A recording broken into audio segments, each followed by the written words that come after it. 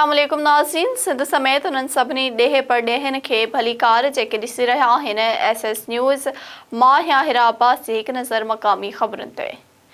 STP कारूंझर जी नीलामीअ जो tender जारी कंदड़ DG मंज़िलर जी ऑफिस आरो 4 अगस्त ते धरणे जो ऐलान करे छॾियो। डॉक्टर कादिर मक्सी चयो आहे त सिंध हुकूमत वींदे वींदे कारूंझर खपाए पंहिंजा खीसा भरण चाहे थी।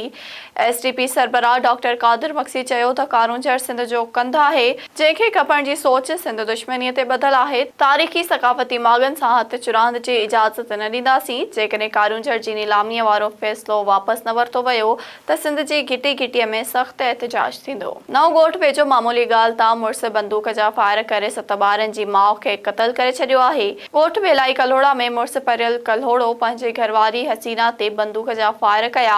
औरत खे ज़ख़्मी हालत में इस्पताल आंदो वियो पर हिन दमधणी हवाले कयो। मक़तूला जो लाश पोस्टमार्टम बाद वारिसनि हवाले कयो वियो। वाक़िए जो केस दाख़िल न थी सघियो। कोटड़ीअ जे ॻोठ मुराद समो जा रहवासी महीने खां पीअण जो पाणी न मिलण ख़िलाफ़ ॻोठाणा रोडनि ते निकिरी आया आहिनि। औरतुनि ऐं ॿारनि सूधो ॻोठाणनि एहतजाजी धरणो हणी कोटड़ी ॼामशोरो क़ौमी शाहराह बंदि करे छॾियो ऐं पाणी नाहे छो भला करबला करबला जा नारा हंया।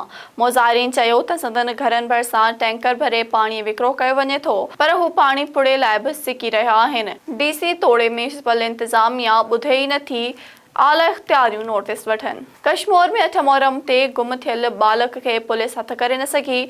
सियासी समाजी अॻवाननि तोड़े वारिसनि एहतजाजी मुज़ाहिरो कयो आहे। सोलंगी पाड़े वासी गुम थियल नींगर अहमद सोलंगी जे वालिद लियाकत अली सोलंगी ऐं शहरी एक्शन कमेटीअ जे चेयरमैन हाकिम अली भट्टी ॻाल्हाईंदे चयो त कश्मीर में बदअमनी वधंदी पई वञे। ॿारड़े अहमद समेत सभिनी मुग़विन खे बाज़ियाब कराइण पुलिस जो कमु आहे। हिननि IG सिंध खां मुतालबो कयो त मुग़विन खे बाज़ियाब करायो वञे। इस्लामकोट में इम्कानी ॿियो शराबखानो खुलण ख़िलाफ़ शहरनि मुकमल शटरबंद हड़ताल करे एहतजाजी मुज़ाहिरो कयो आहे।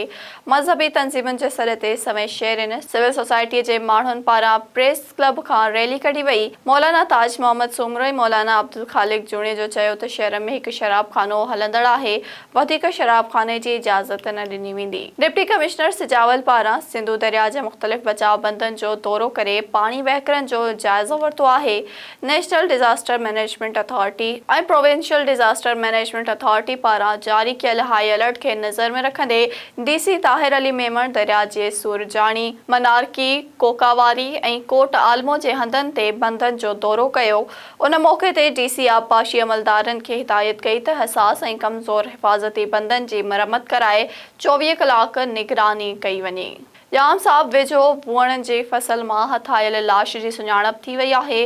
लाश जी सुञाणप जाम साहब शहर जे मलिक कॉलोनीअ जे रहवासी फयाज़ अली वल्द सेठ नसीर पठान तौर थी आहे। वारिसनि पुलिस स्टेशन ते पहुची ॿुधायो त फयाज़ कुझु ॾींहं पहिरियां नवाबशाह जे जेल मां आज़ाद थी घर आयो हो, जेको वरी 7 मुहर्रम ते घर मां वियो त वरी वापसि न आयो। नाज़रीन, हिन वक़्त इलाइक़ाई ख़बरूं, वधीक ख़बरुनि ऐं अपडेट्स जे लाइ ॾिसंदा रहो सिर्फ़ SS न्यूज़।